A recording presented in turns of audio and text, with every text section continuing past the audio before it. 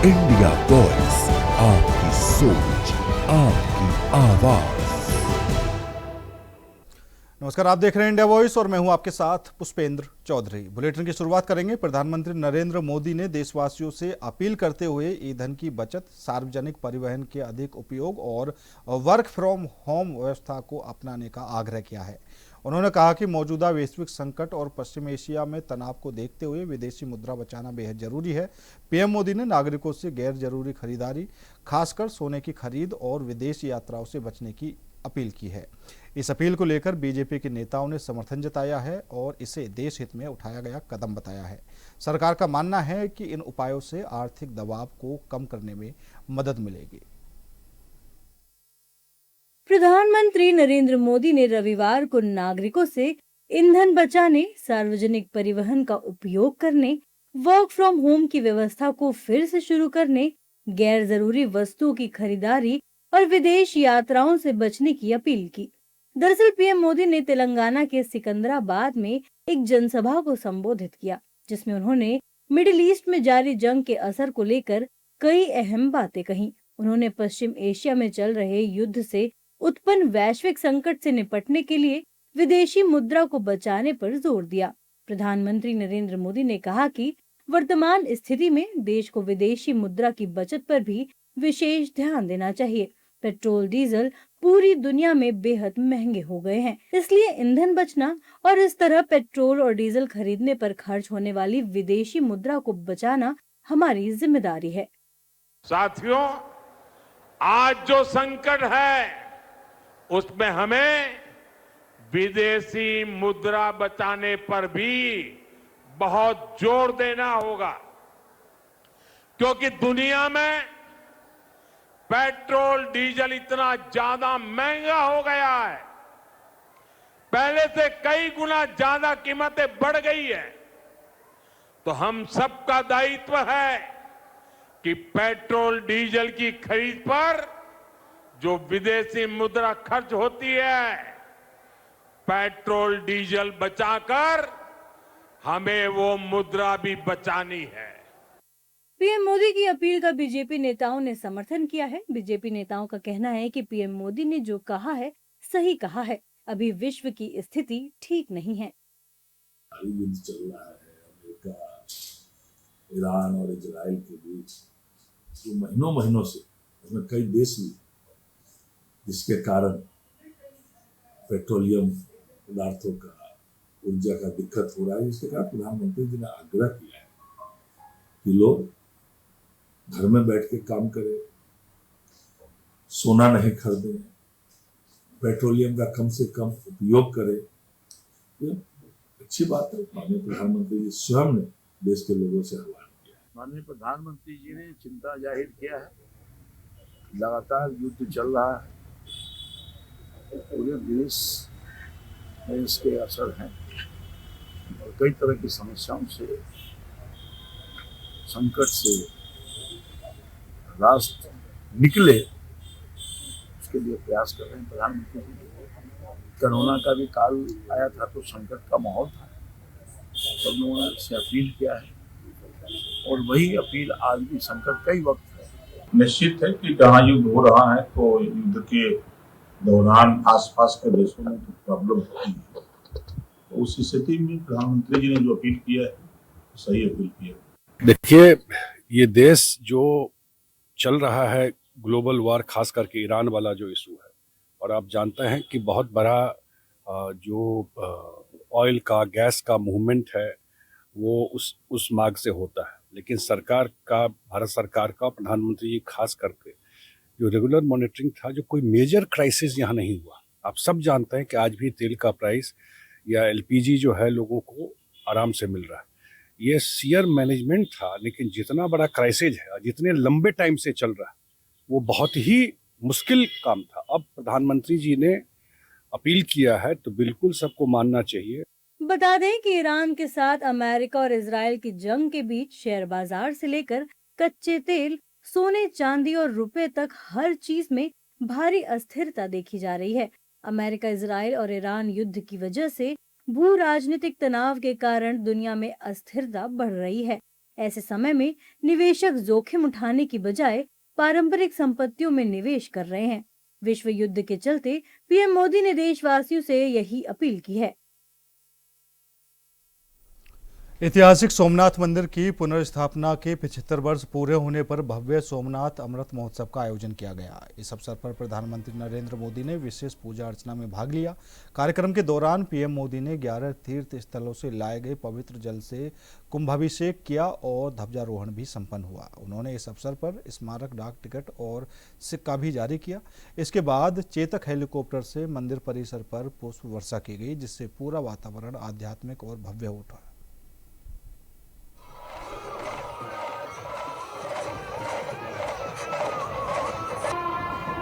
प्रधानमंत्री नरेंद्र मोदी सोमवार को गुजरात के प्रभास पाटन में आयोजित सोमनाथ अमृत महोत्सव में शामिल हुए। ये महोत्सव भगवान शिव को समर्पित 12 ज्योतिर्लिंगों में से एक पुनर्निर्मित सोमनाथ मंदिर के 75 साल पूरे होने के उपलक्ष्य में मनाया जा रहा है। सोमनाथ मंदिर में धार्मिक समारोहों से पहले पीएम मोदी ने जामनगर से सोमनाथ पहुंचने के बाद एक रोड शो भी किया। इस रोड शो में मुख्यमंत्री भूपेंद्र पटेल और डिप्टी सीएम हर्ष संघवी भी मौजूद रहे। रोड शो को लेकर पीएम मोदी ने एक्स हैंडल पर पोस्ट करके कहा कि पुनर्निर्मित सोमनाथ मंदिर के लोकार्पण की 75वीं वर्षगांठ पर पावन धाम सोमनाथ आकर दिव्य अनुभूति हुई है। इस अवसर पर मंदिर मार्ग पर भगवान सोमनाथ के भक्तों के जोश और प्रचंड उत्साह को देखकर मन अभिभूत और भाव विभोर है। मैं आज यहाँ उस क्षण को जी रहा हूँ जिसका अनुभव भारत के प्रथम राष्ट्रपति डॉक्टर राजेंद्र प्रसाद जी ने पुनर्निर्मित मंदिर के लोकार्पण के अवसर पर किया होगा। सोमनाथ अमृत महोत्सव का भक्तिमय वातावरण हर तरफ अद्भुत ऊर्जा का संचार कर रहा है।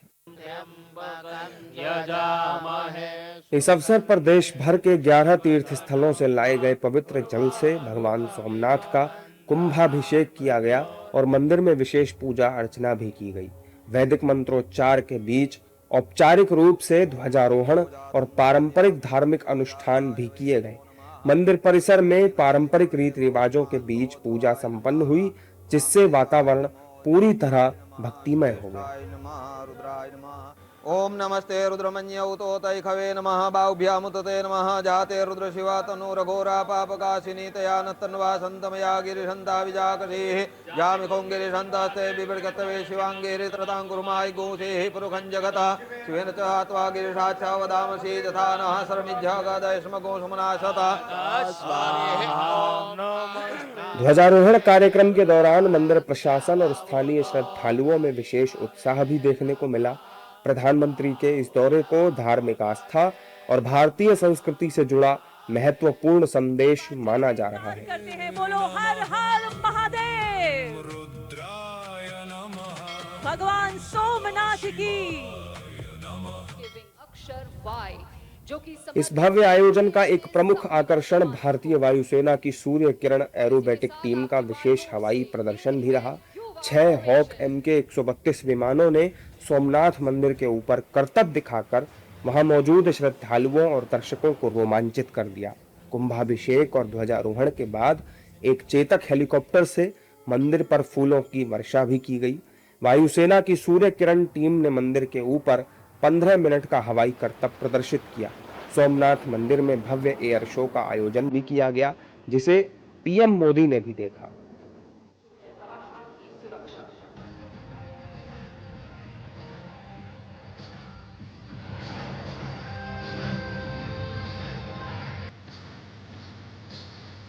कृपया अपनी नजरें एक और बार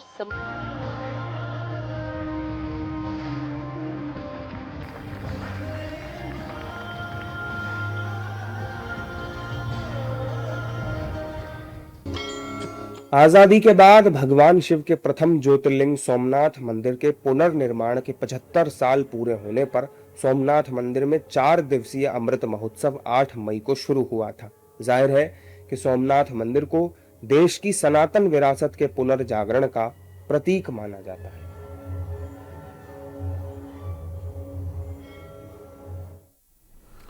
मिडिल ईस्ट संकट के बीच प्रधानमंत्री नरेंद्र मोदी ने देशवासियों से पेट्रोल डीजल की बचत करने, सोना कम खरीदने और विदेशी यात्राओं को सीमित रखने की अपील की है। राजनीति गर्मा गई है। लोकसभा में नेता प्रतिपक्ष राहुल गांधी ने पीएम के बयान पर तंज कसते हुए इसे नाकामी सरकार बताया है। वहीं भारतीय जनता पार्टी के नेताओं ने राहुल गांधी पर पलटवार करते हुए कहा कि विपक्ष देश हित के मुद्दों पर कभी साथ नहीं खड़ा होता और केवल बयानबाजी करता है। इस मुद्दे पर सत्ता और विपक्ष के बीच जुबानी जंग तेज हो गई है और राजनीतिक माहौल और ज्यादा गर्मा गया है। मिडिल ईस्ट संकट के बीच पीएम मोदी ने देशवासियों से पेट्रोल डीजल बचाने, सोना न खरीदने, विदेश यात्रा कम करने की अपील की है। पीएम मोदी की अपील पर विपक्ष में नाराजगी दिखाई दी। लोकसभा में नेता प्रतिपक्ष और कांग्रेस सांसद राहुल गांधी ने पीएम की अपील पर तंज कसते हुए पीएम के उपदेश को नाकामी करार दिया है। राहुल गांधी ने कहा कि मोदी जी ने कल जनता से त्याग मांगे, सोने मत खरीदो, विदेश मत जाओ, पेट्रोल कम जलाओ, खाद और खाने का तेल कम करो, मेट्रो में चलो, घर से काम करो। ये उपदेश नहीं, ये नाकामी के सबूत हैं। 12 साल में देश को इस मुकाम पर ला दिया है कि जनता को बताना पड़ रहा है क्या खरीदें, क्या ना खरीदें, कहाँ जाएं, कहाँ ना जाएं।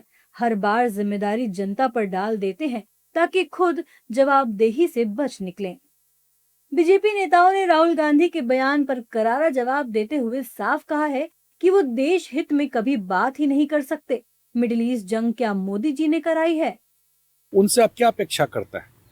थोड़ा अपना इंट्रोस्पेक्शन करते तो चीजें बदल जाती। उनसे आप क्या अपेक्षा करते हैं?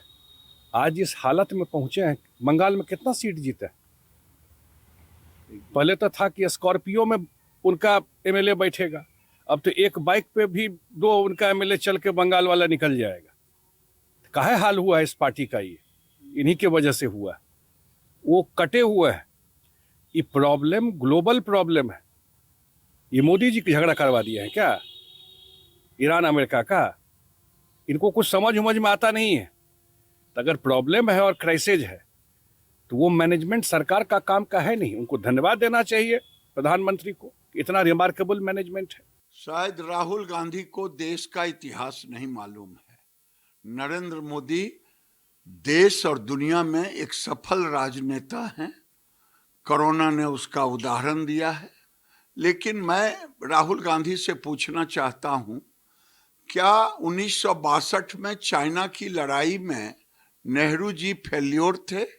जब लोगों से मांग की गई थी, हमारे पास सोने की कमी थी, मंगलसूत्र ने हमारी बहनों ने, हमारी बेटियों ने, हमारी माताओं ने दी और हमें इतना सोना हुआ कि देश में हमें सोना की कमी नहीं महसूस हुई। हालांकि दूसरी ओर कांग्रेस नेताओं ने राहुल गांधी के बयान का समर्थन किया है। कांग्रेस नेताओं के बयान पार्टी के पक्ष में है। कांग्रेस नेताओं का कहना है कि पीएम मोदी को इस बार सोचना चाहिए, क्या ये उपदेश केवल मध्य वर्गीय परिवारों के लिए ही है? और इन्होंने जरूर महंगाई के बारे, उन पे तो कोई नियंत्रण इनका नहीं है, लेकिन वो जो ज्ञान वाली बातें जो फिलोसफर की तरह ज्ञान लोगों को बांट रहे हैं। और त्याग क्या मध्यम वर्ग केवल करेंगे? क्या कारपोरेट घरानों से उनके बहुत सारे जो हैं टैक्सेस के बारे, उनके बारे में बात करें मोदी जी। बता दें कि पीएम मोदी ने रविवार को तेलंगाना के सिकंदराबाद में एक जनसभा को संबोधित किया था। उसी जनसभा में पीएम ने देशवासियों से ये अपील की थी। पीएम की अपील पर राहुल गांधी ने जो बयान दिया है उसे सियासी माहौल पूरी तरह गर्मा चुका है। सत्ता पक्ष के नेताओं ने राहुल गांधी पर देश के खिलाफ खड़े होने का भी आरोप लगाया है।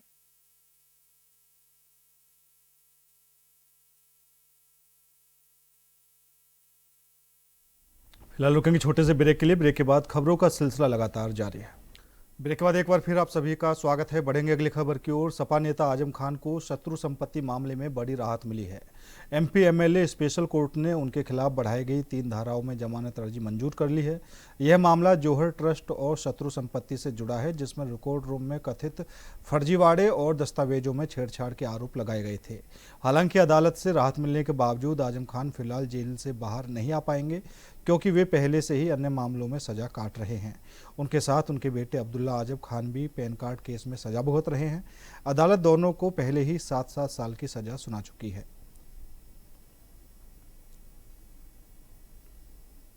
देखिए, ये जमानत पर एक फैसला आया है।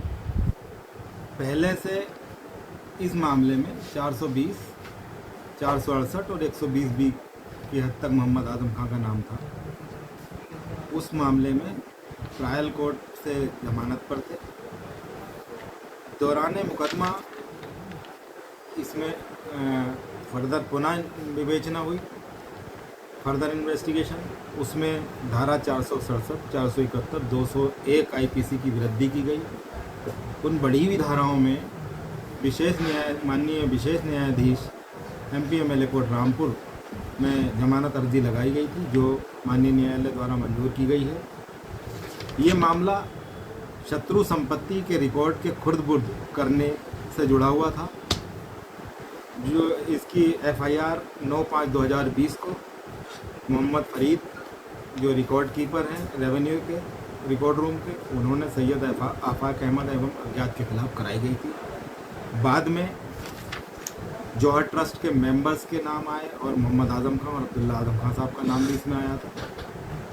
यही सारा मामला है। आज जमानत 467, 471, 201 आईपीसी के तहत माननीय न्यायालय ने स्वीकृत कर ली। तो ये माना जा सकता है बड़ी राहत है आजम खान साहब के लिए? हाँ, बड़ी राहत है। इटावा में नारी शक्ति वंदन अधिनियम को लेकर सियासी तनाव बढ़ गया है। संसद में महिलाओं को 33% आरक्षण देने वाले इस बिल के विरोध को लेकर भारतीय जनता पार्टी ने विपक्ष पर हमला तेज कर दिया है। इसी क्रम में बीजेपी महिला मोर्चा ने सपा सांसद जितेंद्र दोहरे के आवास का घेराव किया और जोरदार नारेबाजी की। प्रदर्शन में शामिल महिलाओं ने सपा और कांग्रेस पर महिला विरोधी मानसिकता का आरोप लगाते हुए कहा कि वे महिलाओं को राजनीतिक ताकत देने के पक्ष में नहीं हैं। हाथों में तख्तियां लेकर सड़क पर उतरी महिलाओं के प्रदर्शन से इलाके में राजनीतिक माहौल गर्मा गया है। पर विपक्ष ने नारी शक्ति वंदन अधिनियम को पारित होने से रोका था, क्रियान्वित होने से रोका था। आज पूरे देश की बहनें और देश के लोग इस नारी वंदन अधिनियम के समर्थन में सभी विपक्ष के सांसदों के आवास पर प्रतीकात्मक रूप से अपना घेराव का प्रदर्शन कर रहे हैं। और मैं भी इटावा से सांसद जिनके आवास के सामने खड़ी हूँ, संख्या बल के आधार पर सांसदों ने नारी शक्ति वंदन अधिनियम को पारित नहीं होने दिया। आज वही नारी शक्ति उनको सबक सिखाने का काम करेगी और आने वाले समय में उनको बताएगी कि नारियों की शक्ति क्या है। छत्तीसगढ़ के बालोद जिला लाटा बोर्ड स्थित सरस्वती शिशु मंदिर में आयोजित नवीन आचार्य प्रशिक्षण वर्ग 2026 का आज गरिमा में समापन हुआ। 10 दिनों तक चले इस प्रशिक्षण वर्ग ने शिक्षा, संस्कार और राष्ट्र चेतना की शानदार मिसाल पेश की है।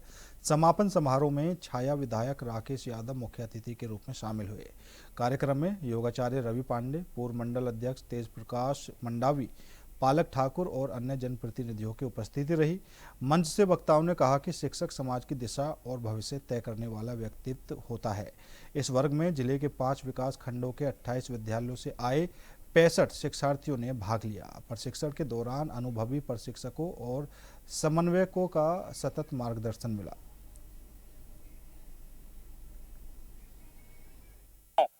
आचार्य प्रशिक्षण शिविर पर यह आयोजन हुआ। 64 हमारे आचार्य और दीदी लोगों का 10 दिन का प्रशिक्षण था, उसका समापन समारोह था।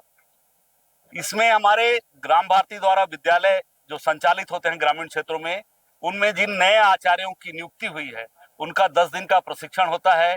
विद्या भारती द्वारा संचालित सरस्वती शिशु मंदिर के विद्यालयों के जो आचार्य होते हैं, हमारे शिशु मंदिर परिवार का अपना शिक्षा का विशिष्ट पद्धति है, उसके प्रशिक्षण की अपनी पद्धति है।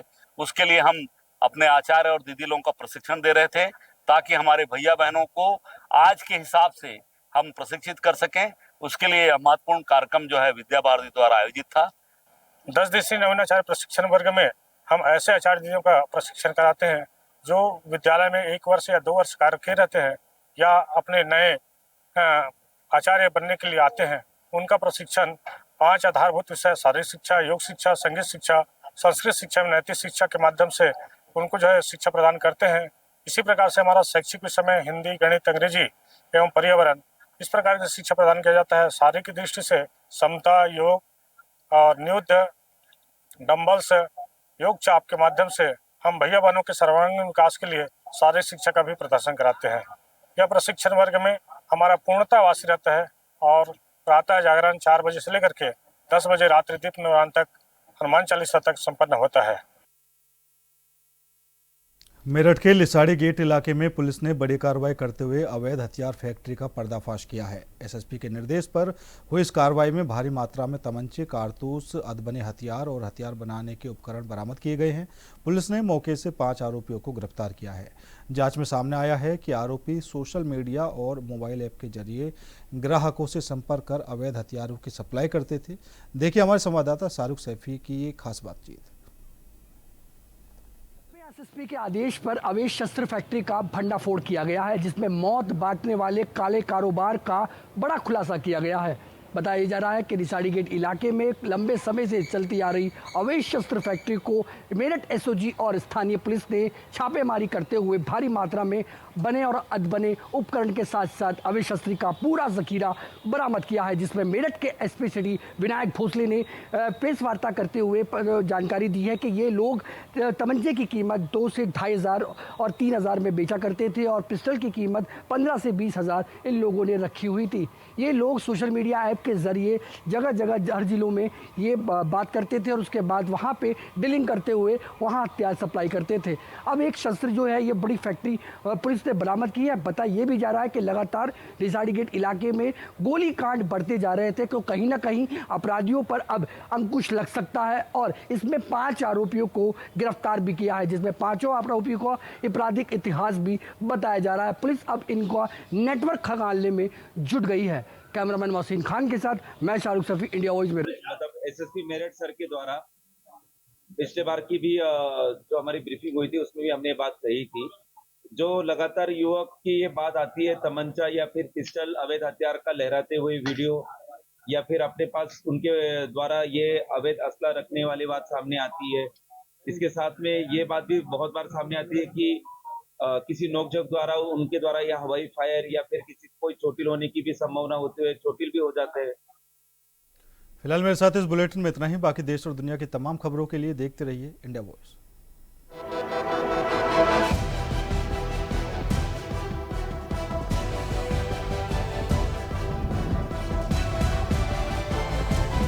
इंडिया वॉइस, आपकी सोच, आपकी आवाज।